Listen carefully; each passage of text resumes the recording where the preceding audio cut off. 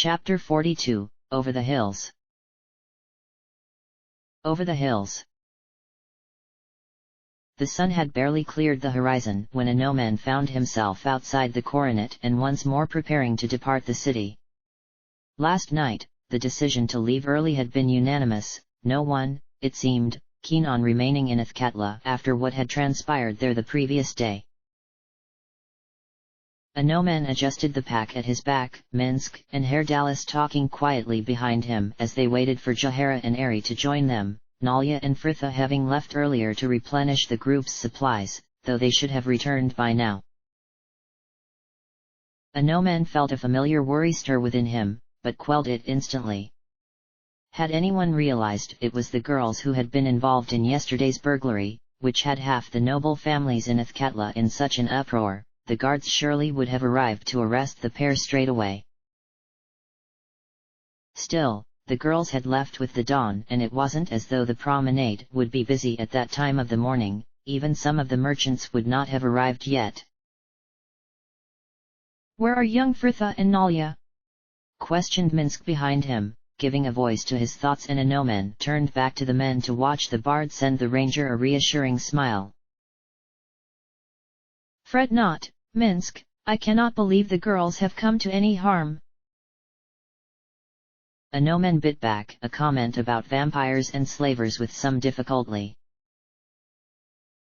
"They have only gone to the promenade, after—" The bard stopped suddenly, his head tilted slightly as though straining to hear something. "And, hark, our worries were unfounded all this while." Anoman frowned. The slums around them were silent save for the trill of bird song and the creak of the surrounding buildings as the sun warmed the timbers. But Herdalis, it seemed, thought differently. "Come, my hounds, this way." And the bard led them around the corner of the inn, Anoman glancing up to see Fritha and Nalia sat on the wooden walkway that led to roofs above the inn, talking brightly as they enjoyed the last of the autumn sunshine, their feet dangling over the street below.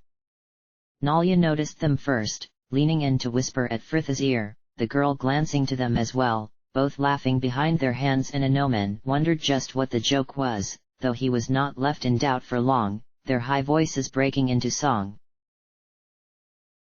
"Comes a train of little ladies, from scholastic trammels free.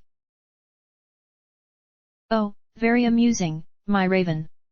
I cannot speak for my companions, but my scholastic trammels were over long ago," came Herdalis as he arrived beneath them, stretching up and playfully tugging on Fritha's sandaled foot, the girl laughing delightedly as she pulled it out of reach. Anoman frowned, cross at how quickly yesterday seemed to have been forgotten by some. "So why are you two perched up there?" Nalia glanced to Fritha, who shrugged, the young noblewoman turning mildly back to them. "We took breakfast at the promenade, so there seemed little point in going back inside the coronet, and the view up here is quite breathtaking, you can see all the way to the sea if you stand. Besides, if you had left the inn by the southern doors you would have seen us straight away." Herdalis shrugged, coolly indifferent. "As you say, but you had the good ranger here quite worried." Fritha's smile faded instantly. "Oh, sorry, Minsk, I didn't think." A silence fell over them as her voice trailed off. Anoman sighed, stepping in to change the subject. "So, how was the promenade?" "Fine," asked Fritha promptly as though glad to be moving on. "They have finally finished the repairs to the arena after Irenicus, well, the steps have been rebuilt and the tower has a new copper dome, you had been hard-pressed to tell it had ever been damaged now. And you found all the supplies we required for the journey."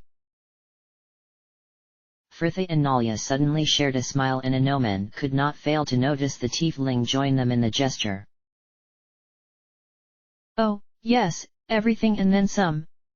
We—" Fritha stopped, glancing up and waving at something behind them.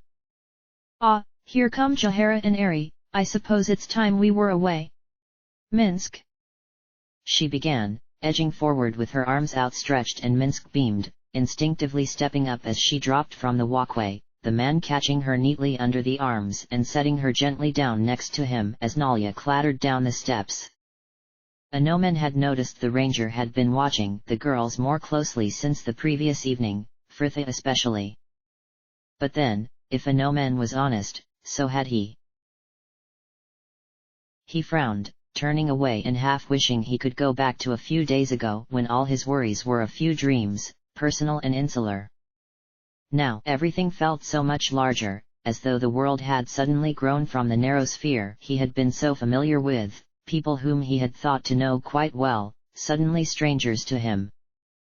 His eyes fell again upon Fritha as the group set off, the girl leading the way with Nalia and smiling at something the young woman had said. He never would have guessed it, and yet.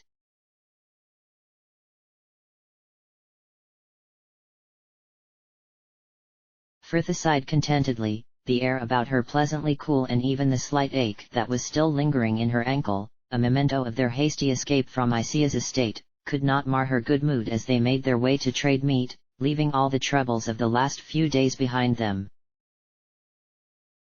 Nalia had been at her side for most of the day, the journey full of talk and laughter, and even when they were not speaking, it was nice to just have her there at her arm to share smiles and enjoy the comfort her mere presence brought. Nalia seemed fine for all Fritha's previous worries about the worsening weather for traveling and the girl's sudden discovery that her home might not have been quite as lost to her as anyone had first thought. Perhaps it was just as Nalia had said, regaining the keep far from her immediate concerns, just something she was keeping in mind for the future, distant as a dream. The girl was walking ahead of her now, talking to Ari and subtly making sure the elf was still unaware of their plans for her upcoming birthday. Fritha watched them with a smile, content to hang back and enjoying their bright chatter from a distance, when she felt a presence approaching and glanced up just as the squire reached her side. "Hello, ARandoman," she greeted mildly, the man nodding once, a slight frown creasing his brow. "My lady." Fritha sighed, smiling as she asked, "How long have we known each other now, ARandoman?" The man paused, seemingly thrown by her question. "Oh, well, about 2 months, my lady. Much longer than I would have realized." "Why do you ask?" "Only because it should be painfully clear by now that I am not a lady in any way, shape, or form. Well, perhaps form," she conceded with a frown, "but anyway, long enough surely for the use of such formalities as my lady to be deemed unnecessary."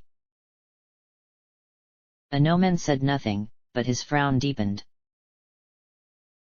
"As you would have it," he replied eventually, though Fritha noticed he did not concede to use her name either. "But I have a question for you, if I may?"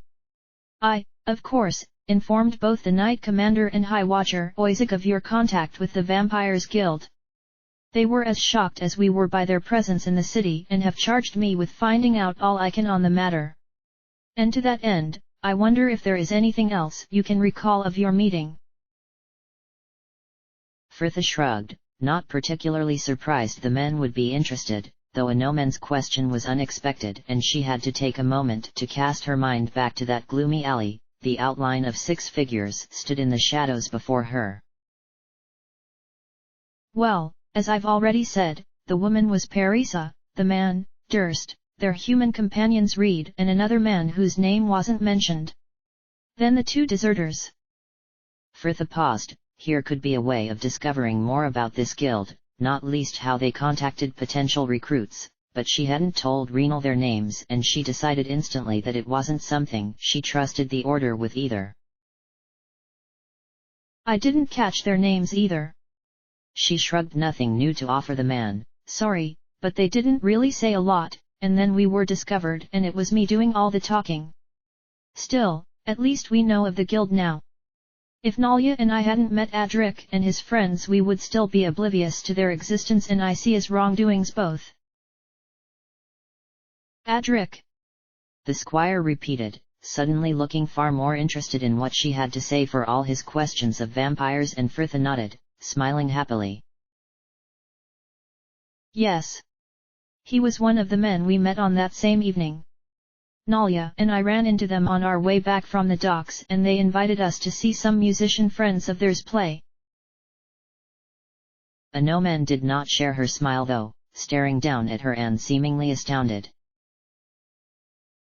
You just met them in the street and went off to a tavern with them? Yes, why not? They were nice young men, there was no danger. And how could you tell? He questioned archly. I don't know, I just could. And I'm very glad we did join them. Fritha added stubbornly, we had a lovely time. Adric is so witty, oh, the stories he told us, I swear my face hurt from all the laughing. And then, Thalen, so pleasant and attentive. And Olwen, always willing to dance with me, he almost got into a duel on our behalf when we first arrived. And then poor drunk Cassis, who spent the majority of the evening wailing about a quarrel he had had with his beloved. Fritha grinned. According to Nalia, he said I was as beautiful as the dawn, though, admittedly, he was likely seeing two of me at the time, she added with a laugh. It had been nice of him to say so, however drunk he was, though it was the fact that Nalia had added that she agreed with him that was the true source of Fritha's delight. It was not a pleasure that Anoman shared though, his manner suddenly stiff. It is a shame that you must be satisfied with such drunken compliments. Fritha shrugged mildly. Perhaps so, but satisfied I am when no others are offered, I am nothing if not practical. Anoman flushed. I did not mean it like that. Oh, don't fret, Anoman, we cannot expect better for one such as myself. One such as yourself? He repeated, looking strangely tense. You mean a mercenary who barely spends more than a few days together in the city, she at last finished for him. Anoman nodded quickly. Yes, of course. Fritha sent him a bemused smile. Goodness, Anoman, you're in an odd mood today. Is something wrong? No.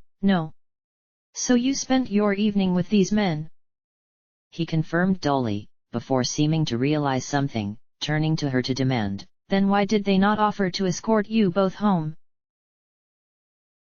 Because, Fritha sighed, her smile fading as her memory of the evening continued to play out behind her eyes. Once we met Barg and found out about Isia, it brought a rather abrupt end to our evening.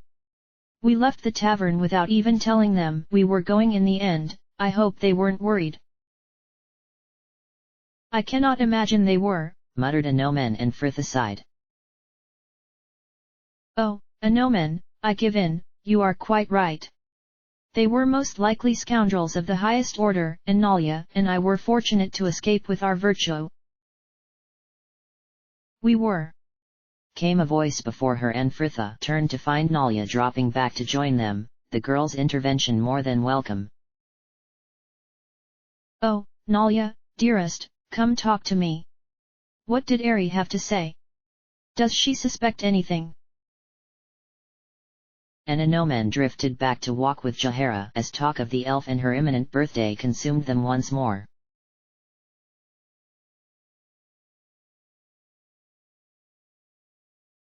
Herr Dallas glanced up, the sun well into its descent in the western skies and just cresting the hills that surrounded them, casting long shadows into the wooded valley and the clearing where they had decided to spend the night, the others about him, slowly dropping bags and removing cloaks as they prepared to make camp.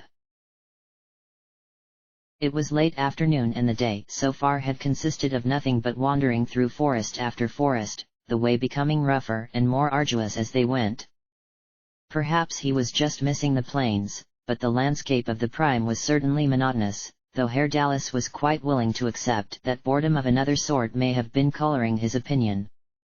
His eyes flicked instinctively across to where Anoman was still deep in talk with Ari, the girl's face aglow with a disagreeable awe, and Herr Dallas sighed tersely. It had been only an hour or so before when the druid had brought them to a halt, saying she sensed something, an observance that soon proved a touch belated as armed figures were suddenly charging from the surrounding undergrowth.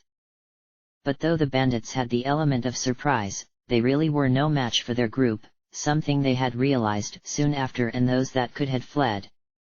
No one of their group had been injured, and Frithas seemed quite pleased by the whole affair. Some of the fallen had carried heavy purses, but the encounter had unfortunately yielded spoils of a less favorable sort as well, the squire complaining loudly that such petty skirmishes were a waste of his time. Herr Dallas sent a gnomon a scowl as Ari laughed brightly at something the squire had said. A gnomon was not an easy person to like, and the tiefling had never been inclined to try particularly hard in such matters. He could not deny the man was an exceptional warrior, but he did not think well of him for voicing as much. And if that hadn't been galling enough, Ari had, rather foolishly, shown an interest in the squire's boasting, and the last hour of walking had been no less than torture, as the bard was assailed by story after story of the squire's campaigns, a gnomon still holding the elf's attentions even now. Herr Dallas sighed again to himself, pulling his attention from the pair to rest on the girl sat on the grass opposite and sorting through her bag, Frith's eyes tired behind her smile. At least he did not suffer alone. The squire was always ready with a sharp word for his raven. Even today, as she had recounted to the man her evening with Nalia, a tale that held such obvious joy for her, a gnomon could not seem to help himself, his behavior only annoying Herr Dallas more when he considered the efforts the girl was going to for his dove's birthday. Frithas seemed determined to make the occasion a memorable one for Ari, and it was a service the bard was inclined to appreciate, the girl having a more ordered mind than he for such things. And it was something she was likely still planning even now, considering the cautious glances she was occasionally throwing across the camp as she searched through her pack. He smiled, moving across to join her. "Hello there," Fritha greeted as he sat at her side. "Everything set?" "It is indeed, well, my part at least." Herr Dallas smiled, checking the elf's attention was elsewhere before opening his own bag to show the girl the pale green volume, the cover printed with a pattern of leaves in white. "It is the collected poems and plays of Erudice, my raven, a lesser-known elven poet. His works are inspired, even for one who never experienced the wonder of the plains. But even so, appreciation of him is limited outside of his own people. It took quite some time to find." He swallowed, feeling foolish but having to ask her anyway. "Do you think Ari will like it?" Fritha smiled, reaching into his bag to run her fingers lightly over the cover, her look a heartening mix of fondness and admiration. "Yes, very much. Well, Nalia and I got everything else this morning.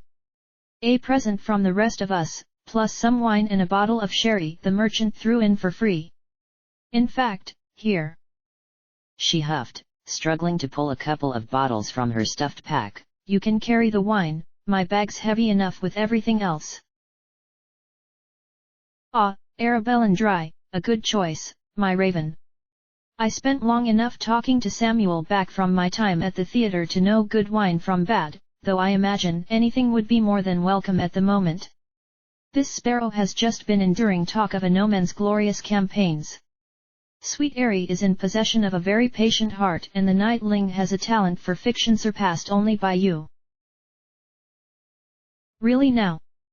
Fritha cried, though Herr Dallas could tell she was trying not to smile, and he risked continuing, blithely halting any further protests with a wave of his hand.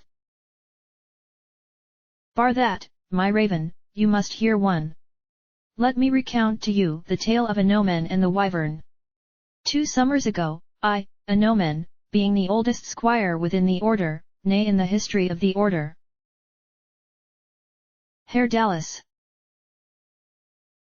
was entrusted with escorting the other squires to the inter-order spelling tournament in the neighbouring city of Riathaven, where our knowledge of such important knightly words as righteous, disapprove and smite, would be tested to the very limit. Fritha seemed to be trying to protest at this slander, but she was laughing so much she was having trouble breathing and could only shake her head as he continued. But as our merry crocodile snaked its way through the forest, we crossed paths with a terrible wyvern. The other squires fled, afraid and crying for their mothers as 10-year-old boys are wont to do, but I leapt upon the beast's back, a blow that surely killed it, though I heroically thrust my lance through its spine to be sure. What is more, I was awarded third prize in the tourney for my spelling prowess. A truly glorious day. When was this?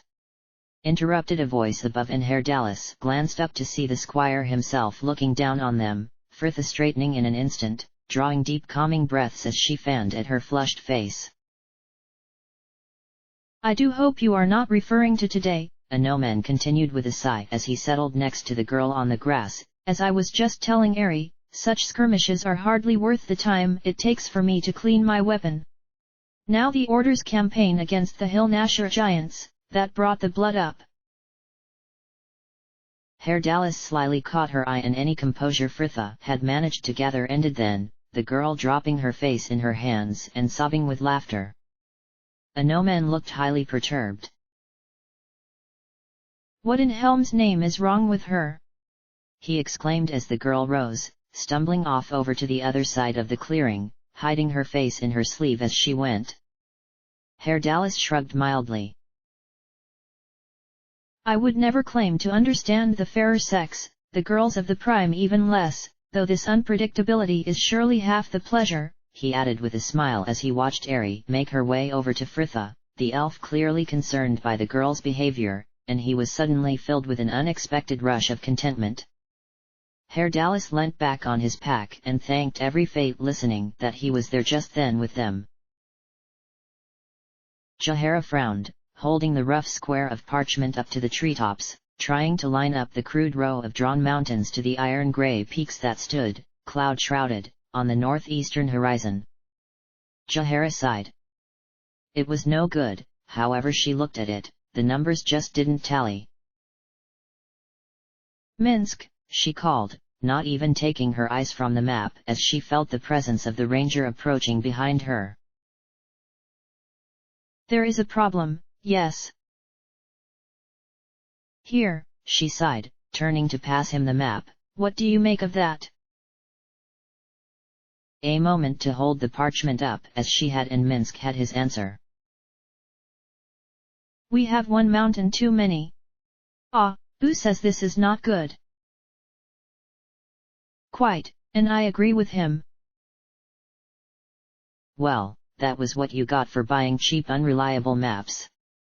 Jahara sighed again, feeling her irritation rising and fighting to rein it in. It was an understandable mistake to make, and Frithia was still learning, after all.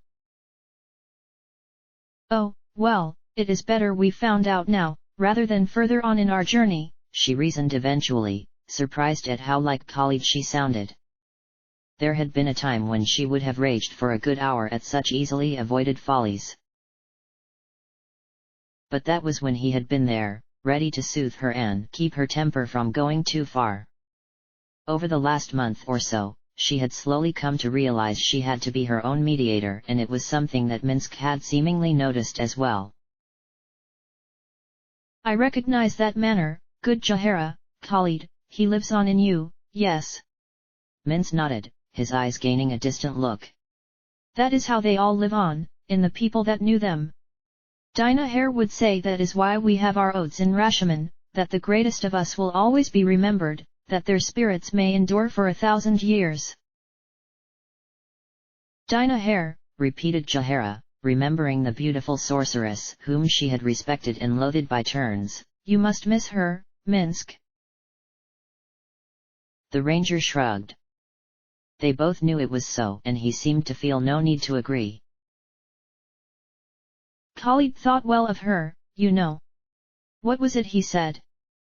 She continued absently, smiling as she thought back to one of her husband's braver moments. She was the essence of ruthless femininity. Minsk laughed his approval. Ah, this was our Dinah Hare. How her spirit will soar when Minsk and Boo take our revenge. Jahara cast her gaze once more to the distant mountains. Had she not been so after Khalid was first taken? But then... vengeance will not bring them back. No, Minsk knows this, but it is still sought, both for those fallen and those the mage would have yet taken if he had had the chance. Jahara nodded. The reminder that Irenicus's death served to protect as well as punish was a better way to focus upon it. She smiled slightly, letting these darker thoughts drift away and turning to let her eyes travel the camp about her. Frithha was making a note of something in her diary, probably concerning the large purse of gems and jewelry at her side. Ari had started on the evening meal, the girl slicing the cured meat they had bought for the trip into her old iron pot, while Nalia helped her, blithely stripping the outer leaves from the wild onions they had collected on their way, her occasional sly glance up to the overcast sky nearly going unnoticed. It was clear the girl wasn't particularly comfortable out of doors, something Jahara could almost sympathize with as the weather grew colder, though she could not understand how anyone actually liked to live in cities. Better to be within nature, however inhospitable, than so cut off from the world around you. Jahara sighed, pulling her thoughts away from the young woman and glancing across the camp to trouble of a more immediate sort. Herr Dallas and Anoman had taken it upon themselves to put up the canvas in anticipation of the night's rains, though the bard was taking the task significantly less seriously than his partner, intentionally misunderstanding his directions and making mistakes, much to the squire's growing frustrations. Now, tie off the left corner. As you will, my hound, the left it is. Yes, no, that is the right corner. Oh, apologies, I thought you were referring to your left, which would, of course, be my right. Right? Oh, no, left, yes. Ari had paused in her slicing to watch them, openly giggling at the bard's antics while Frithha seemed to be trying not to encourage him, ignoring the pair in favor of her own work, though the girl was holding her diary suspiciously high, her face covered and shoulders trembling. Jahara smiled and rolled her eyes. Frithha. Slowly the book was lowered to reveal a flushed forehead, followed by a pair of near black eyes, sparkling with laughter and narrowed by the grin that her diary was no doubt still hiding. Jahara watched as Anoman paused in his work, staring across the camp at the girl, his expression unreadable, and Herr Dallas sent him a contemplative look. All that's best of dark and bright, Nightling, he muttered, giving the squire a sly nudge. The man flushed and crossly turning his attention back to the ropes. Jahara frowned. Frithha, she continued briskly, Minsk and I have been discussing it, we think the map you bought may be wrong. Really? The girl sighed, all trace of amusement gone now as she laid down her journal and rose to join them. See, continued Jahara, proffering her the crudely drawn square of parchment, there are 6 peaks on the map and only 5 on the horizon. I thought another would become clear as we approached, but... Frithha frowned. Oh, hells. So, for trade meet we were supposed to head between the 4th and 5th? We've been moving slowly off course all day then. Minsk nodded solemnly. It is so, young Frithha, but Boo thinks we are not too far off track.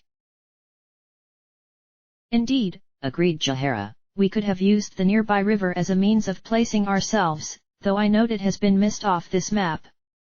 Jahara sent her a stern look. Some ways of saving money, Frithha, soon prove to be a false economy. The girl sighed and nodded, another lesson learned. Right, give it here. I'll climb up out the valley later and have a look.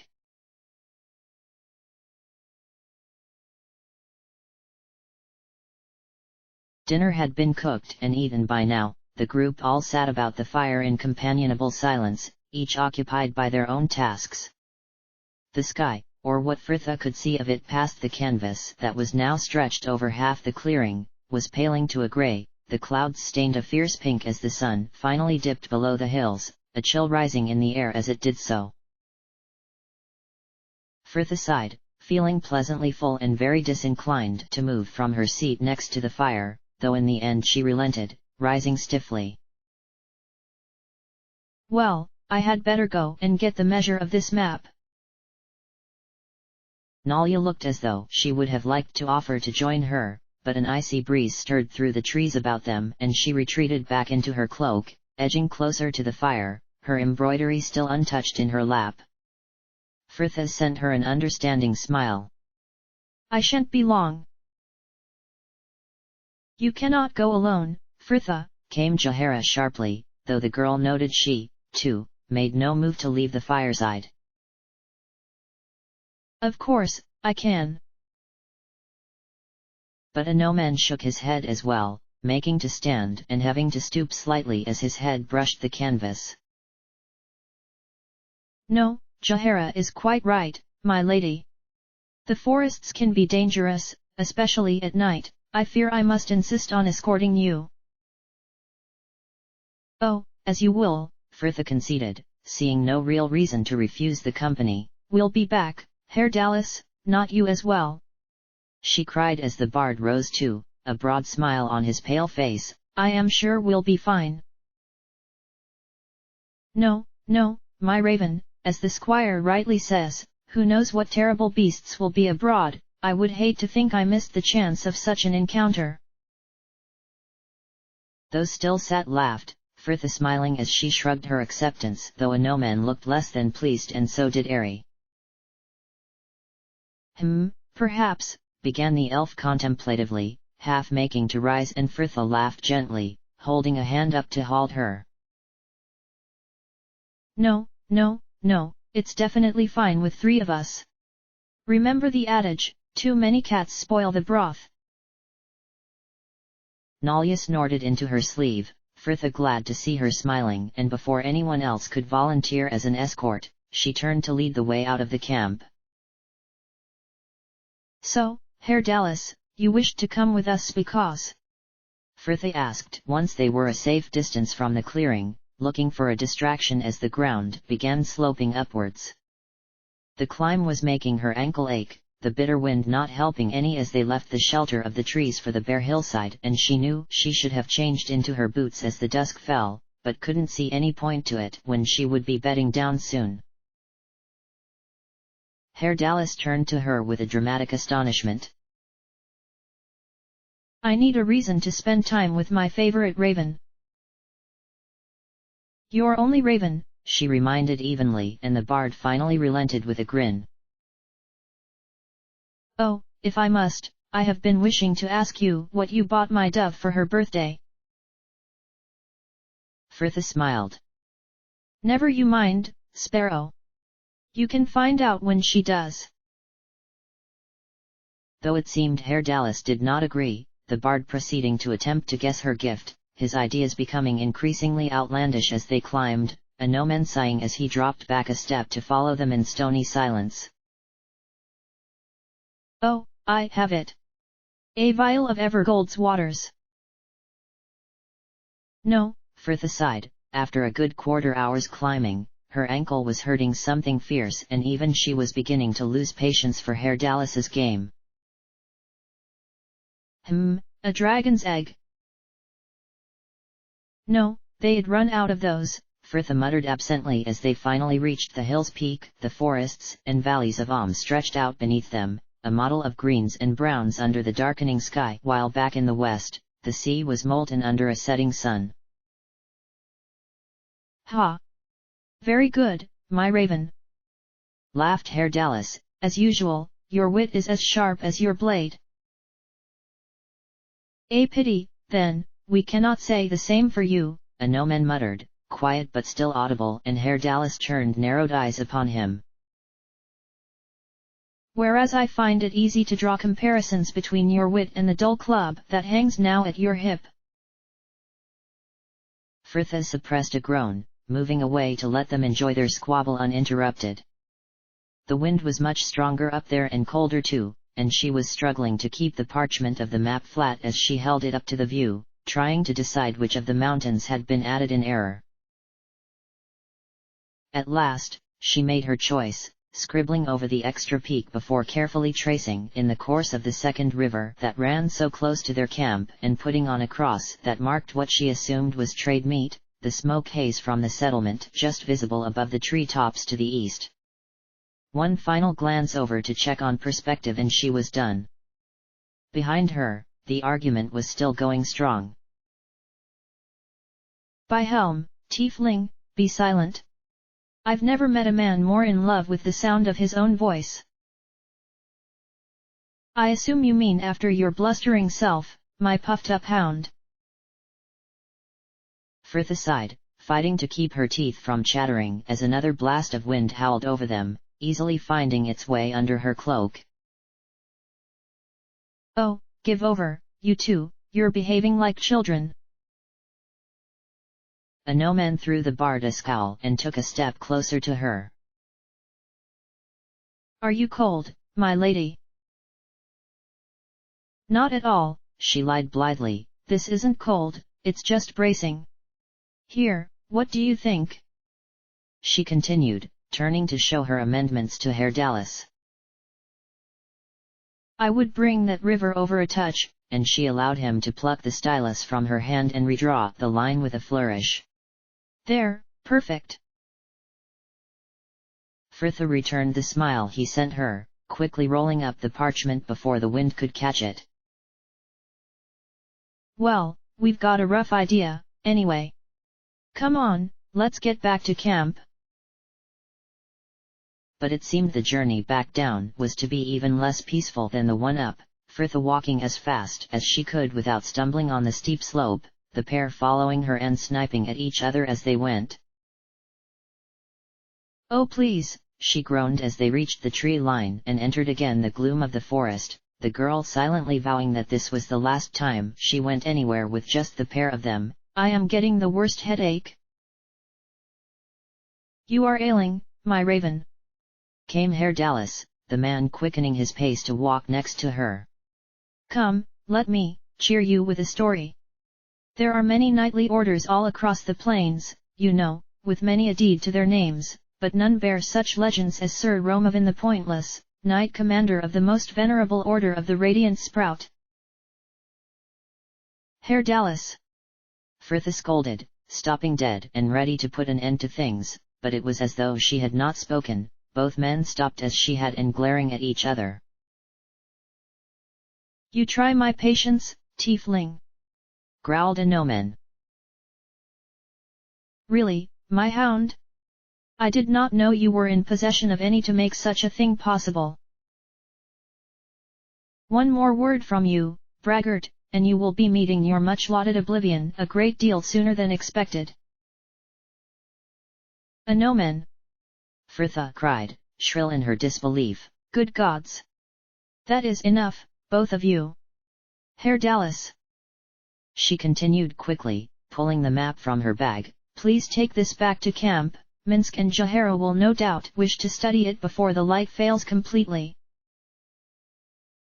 The bard smiled in acquiescence, sending a gnomon a smug look before he turned to disappear through the trees.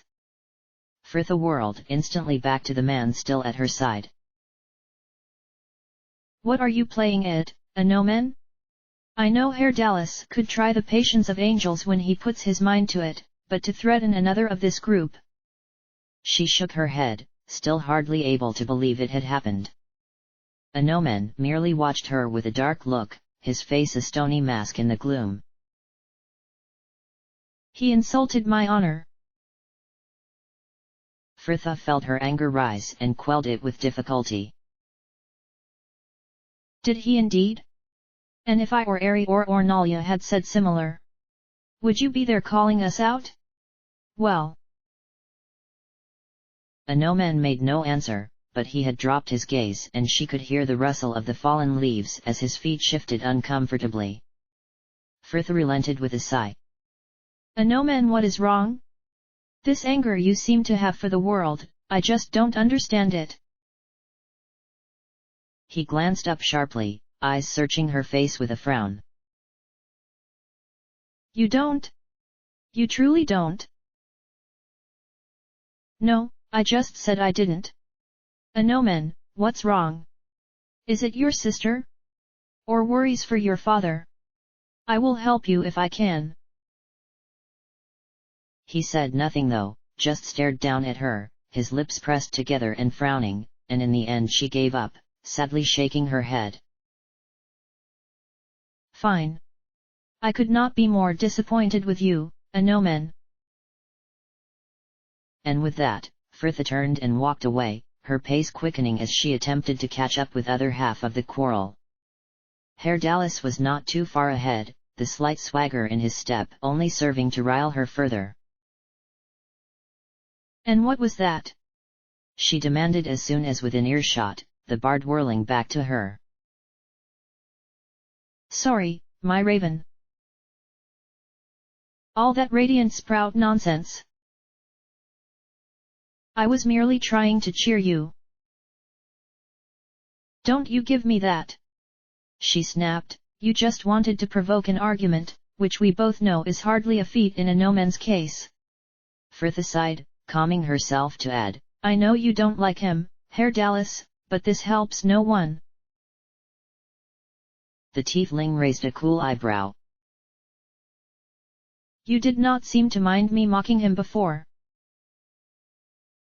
Fritha dipped her face as she flushed, unpleasant feelings of guilt squirming in her stomach. You are witty, Herr Dallas, and sometimes I laugh at things that are on reflection unkind, but I will not compound that by doing it in front of those you ridicule. Herr Dallas snorted, his manner holding a coldness she had never seen in him before. Oh, what a proper little saint you are becoming. Take your joy where you can, my raven. Why not laugh at those who deserve to be laughed at? The man is a fool. Deserve to be laughed at? You know what, you are both as bad as each other and I am more than done with the pair of you. She whirled on her heel, ready to storm off, though it seemed the fates had other plans, pain screaming through her ankle as she turned and Fritha was sure they heard her curse all the way back in Athkatla. Bishop's horns. But the mood she was in, it would have taken a broken leg to halt her march back to camp, the girl stalking into the clearing to throw herself down on her bedding.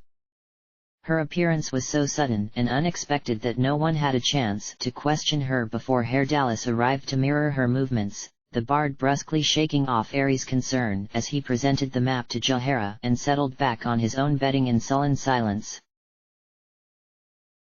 Fritha watched the camp about her share a look, too angry to care about the suddenly uneasy air that had descended over the group. Fritha, is there some sort of problem we should know of? Asked Jahara eventually, unusually circuitous, and Fritha was about to rather sharply tell her no, when a polite cough cut her off and all glanced up to see Anomen enter the camp, the squire walking straight over to where Herr Dallas and the now sulking Aerie were sat. Herr Dallas, he began, his voice firm and clear over them all, I would like to apologize for my previous behavior. I lost my temper, I should not have spoken as I did. For a moment silence reigned, it seemed no one could quite believe what he had said, least of all Herr Dallas, who was staring up at the man as though even the chaos of Sigil had not quite prepared him for something so wholly unexpected. This day has been a long one, he replied eventually, his tone quietly courteous, and we are all weary, it is forgotten, my hound. Anomen nodded once and Fritha watched as he returned to his place at the fireside, his gaze falling on her as soon as he was settled and she quickly turned away. Well, sighed Jahara with an air of that answered that, the woman turning instantly to her. This map looks fine, Fritha, though I did notice you were limping when you came into camp. Are you injured? Oh, no, not really. My foot was aching slightly earlier, but it's nothing serious.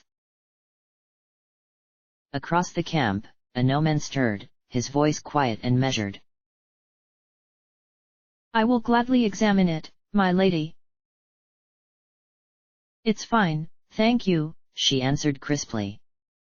Jahara seemed to notice her tone. Come Fritha, accept with good grace. It could grow worse tomorrow. She warned with a broad smile. Slow our pace. Fritha felt her jaw clench. The druid knew any threat of trouble for the group as a whole was a sure way to get her cooperation. If you're so bothered, you have a look at it. I do not have to, a noman has offered. For a moment, the women glowered at each other, Fritha glancing back to the man who was still watching her and looking unusually contrite. Her heart twisted and finally she gave in. All right, but in the morning when the light's better. End of chapter.